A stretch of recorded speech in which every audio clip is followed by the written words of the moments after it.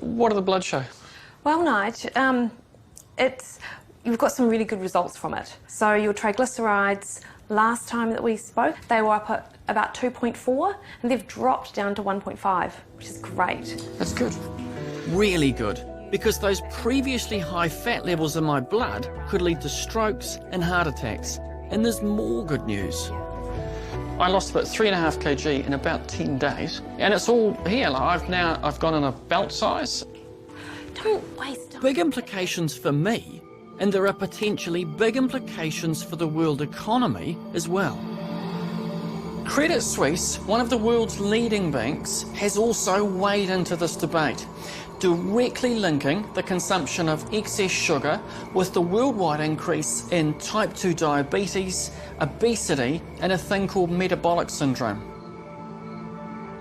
Metabolic syndrome includes high blood pressure, high blood sugar, excess cholesterol, and body fat, all of which increase your risk of heart disease, stroke, and diabetes, and brought on in large part, Credit Suisse claims, by too much sugar. They surveyed GPs in Europe, Asia, and the US, and 90% of them believed that that was the case. Food industry doesn't want to hear this. This is anathema to them. So what do you think they're going to say?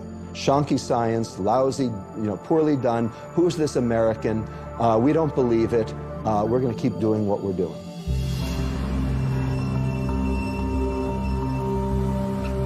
The food industry has its own interpretation of the science. I want to hear their opinion about Professor Lustig and his whole sugar is toxic message.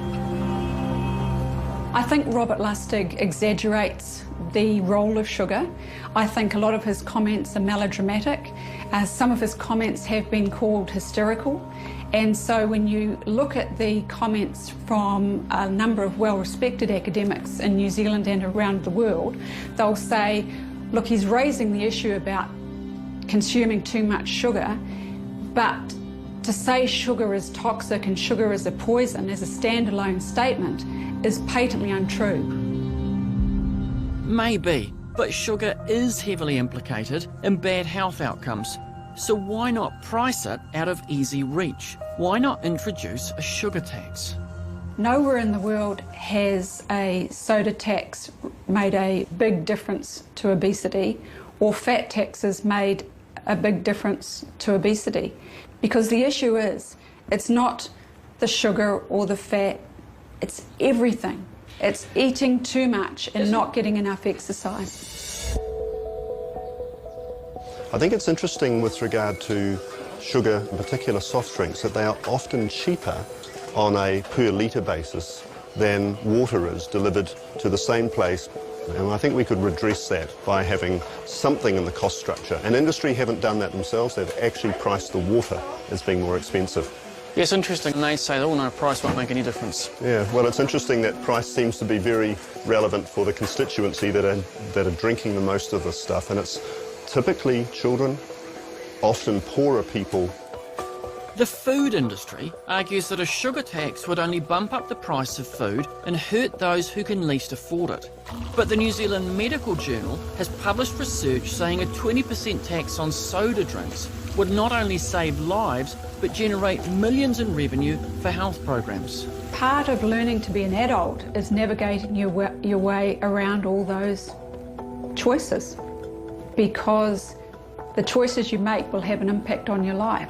The government can't make you go for a walk around the block. Completely agree. The government can't decide what you want to put in your supermarket trolley. And I don't want to live in a country where the government has that kind of control. When we're talking about people making better choices around nutrition and taking more responsibility, how difficult is that in light of the very skillful, focused and effective marketing campaigns that the people selling this stuff do? Let's not pretend for 1 second that any marketing campaign can force you to take something off the shelf and put it into your trolley. It still comes down to personal choice and understanding how important moderate eating is. But the psychologist in me, and I can't help being one, says that they are very good at influencing our behaviour. I mean, so I guess what I'm asking is, in the context of... I have a different view. I think advertising campaigns give me the information that I need as a consumer. but I'll decide what to put in my trolley. It's all very well to talk about personal responsibility, but how's this for a little bit of persuasion? I've just been to the supermarket and bought 3 1.5 litre bottles of soft drink for $6. $6. And a lot of the people that I've been talking to say they feel there's little or no personal choice in it because they're addicted or at the very least habituated to sugar. So isn't it time the food industry stepped up and took more responsibility? Ultimately, the food industry doesn't care what they sell you, as long as they sell you. As long as their profits are untouched, they'll sell you anything you want. And I'm not against the food industry making money. I am against the food industry making money by selling things that hurt people. So it has to be government level and it has to be across the board because... I don't see any way around it. I don't see how government can stay out of it. Because how can the food industry work in concert without governmental leadership?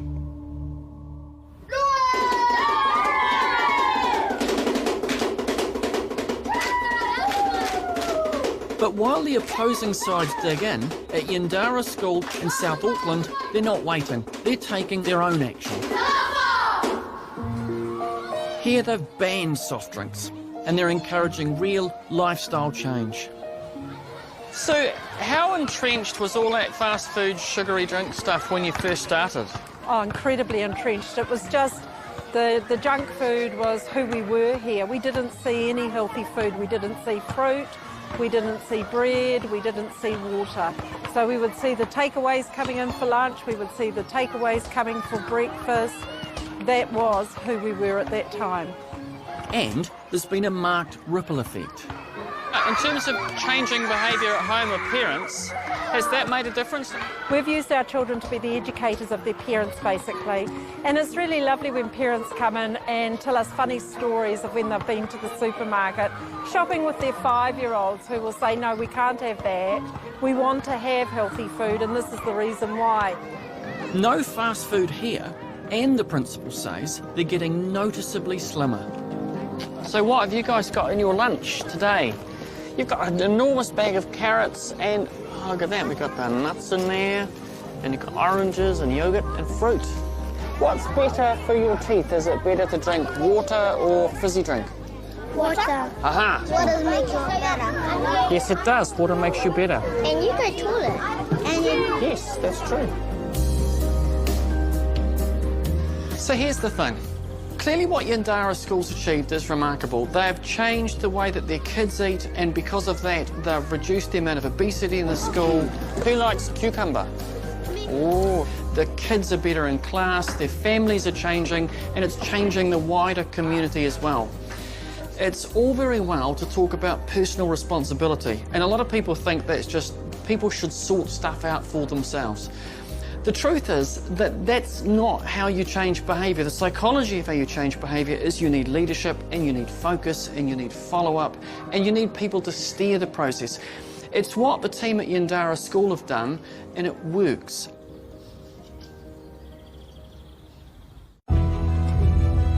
Sugar is utterly entrenched in our way of life. Now, so is diabetes. It's one of the greatest health crises we currently face. Every day, it's estimated another 50 Kiwis are becoming diabetic. Every country on the planet has seen an uptick in obesity. But worse yet, we have seen an uptick in diabetes that actually outclasses the increase in obesity.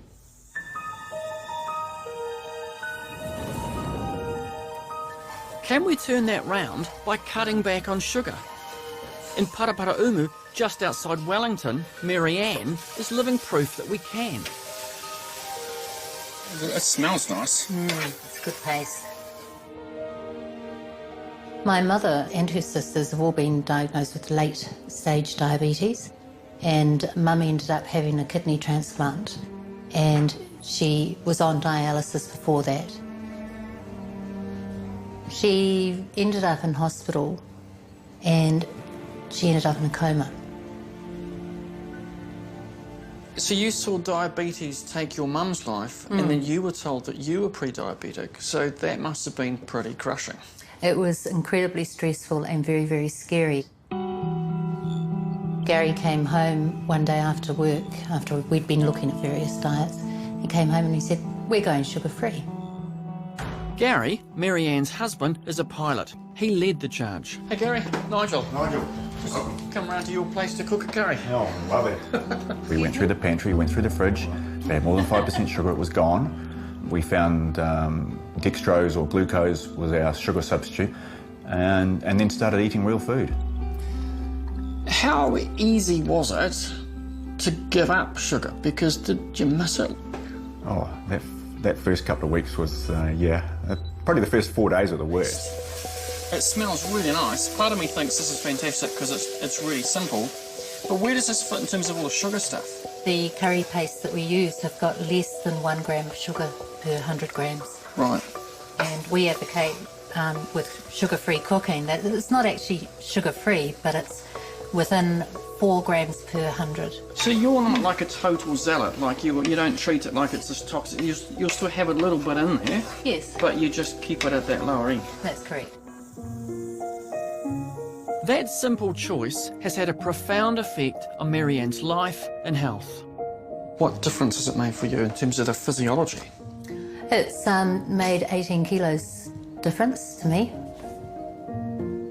And what about the diabetes? What's happened with that? That's gone. I'm not pre-diabetic now, so that's excellent. So I have absolutely no risk of being diabetic, apparently. What was your life like before you got rid of sugar? Like, what were you like then? I was big. Really big. My peak got 106. And now? 72 and a half. That's quite a significant drop. Yeah, it's 25% of my body weight. It does make me angry because I shouldn't have got pre-diabetic. My mother shouldn't probably have died of diabetes. And it makes me mad they could have avoided it if we didn't have sugar in our lives. There seems to be this really lovely looking... It's Gary's berry fat bomb. It's got no sugar at all. That's really nice. It tastes like it should be really evil. So you don't actually have to become this sort of soulless, joyless, nice stuff-less life. You can all still have really nice things. The results speak for themselves. Here are Gary and Marianne enjoying good food and good health in large part by cutting right back on sugar. When I started this journey, I thought I was doing all right, moderation in all things, a bit of sugar to go with the exercise. Turns out, I was far from all right. My blood count was too high in the fats that cause strokes and heart attacks. I discovered that our sugar-rich diet and the volumes of soft drinks we're swilling is tipping us into a crippling health crisis. Kids are coming into the hospital having their teeth out in record numbers. What we do know is that we don't give our 2-year-old kids tobacco to smoke, we don't give our 2-year-old kids alcohol to drink, but we do give our 2-year-old kids soft drinks to drink. Well, it's pretty straightforward. It's to reduce sugary intake, and the simplest to identify that adds no other nutritional value would be to reduce the consumption of sugary beverages. Question is, how much proof do you need before it's time to make a change? We need to turn this around. This is a public health crisis, and there's only one way to do it. Get the sugar out of the food. Well, I cut sugar, and result, my bloods came right and I lost weight. Sugar is now implicated in all sorts of diseases. I've looked at the research and I'm convinced. Sure, big portion sizes, processed foods and a lack of exercise also contribute. But we can't force people to exercise. We can do something about reducing sugar. If we don't, the burden on our healthcare system doesn't bear thinking about.